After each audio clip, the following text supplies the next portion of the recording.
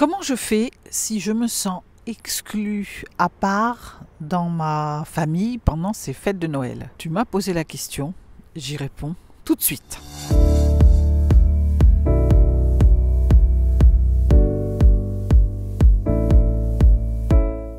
Il y a de multiples façons de se sentir rejeté, particulièrement au moment de ces fêtes. Ça prend une dimension et une importance plus grande. C'est par exemple quand tu as la famille qui discute, il y a comme des clans qui sont ensemble. Et voilà, les cousins discutent avec la grand-mère et toi, tu te sens exclu parce que tu n'es pas dedans. On ne te parle pas, donc tu as un peu l'impression d'être invisible.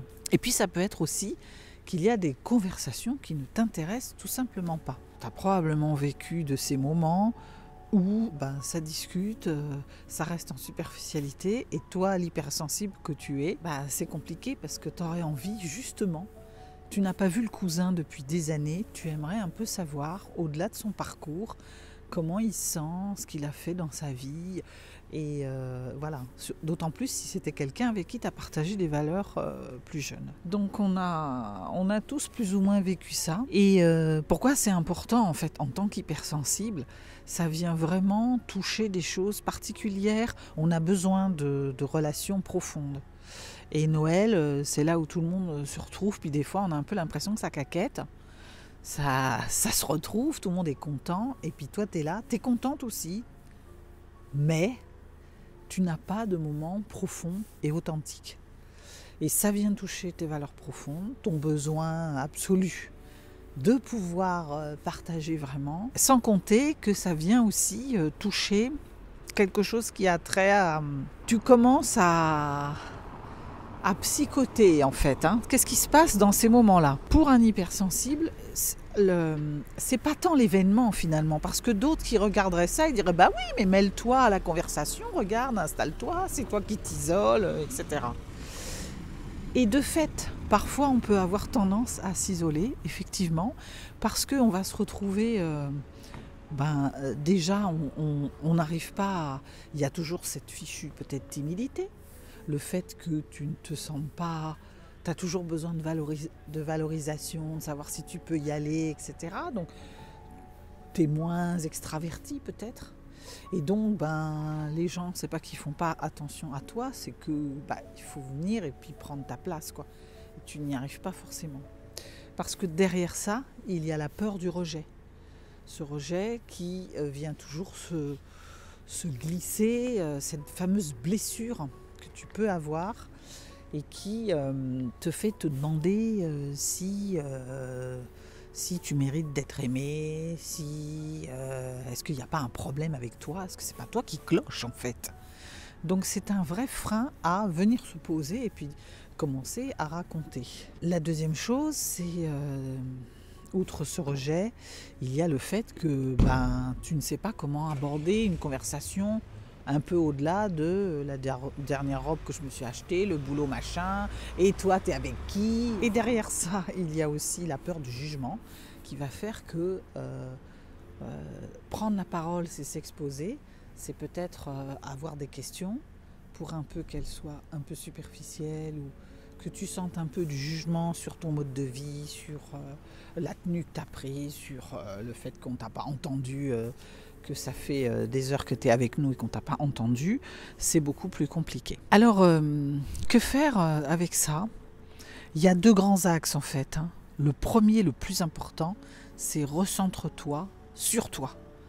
C'est-à-dire, la personne la plus importante, c'est toi. Donc c'est vraiment ce truc de se dire que, ce que tu ressens, ce que tu penses, est-ce que c'est réel ou est-ce que c'est une perception?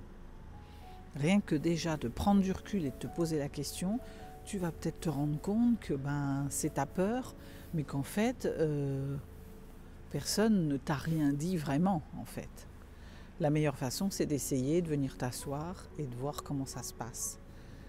Et s'il y a vraiment quelque chose, si vraiment tu entends des critiques, si vraiment ces conversations t'assomment et te fatiguent, parce que tu es en train de te suradapter et qu'émotionnellement c'est fatigant, alors à ce moment-là, autorise-toi va faire un tour, ressource-toi, mets-toi dans ta bulle, pense à la dernière personne que tu as rencontrée, avec qui, la dernière fois où tu as eu une conversation qui était chouette, remets-toi là-dedans. Moi, ça m'arrive des fois, je suis en plein milieu d'un groupe, je suis là physiquement, mais je ne suis pas là.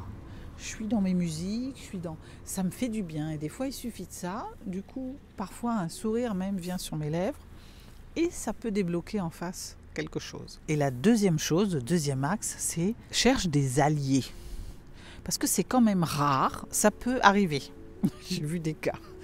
Mais verrouille-le, ça. C'est quand même rare qu'il n'y ait pas quelqu'un au milieu de cette famille-là qui caquette. C'est quand même rare qu'il n'y ait pas quelqu'un, peut-être, qui pourrait te comprendre. Alors, soit ça va te permettre peut-être aussi de découvrir quelqu'un. Donc, scrute un peu, regarde, et puis si tu repères quelqu'un, en tout cas au moins, ou en vibration, ou en ressenti, tu aurais envie d'essayer, ben fais-le. Au pire, tu pourras toujours te replier. Et si tu le fais, parle de tes ressentis, mets-toi un peu sur le ton de la confidence, essaye, prends quelqu'un peut-être qui est un peu plus calme, qui a moins parlé, et puis demande-lui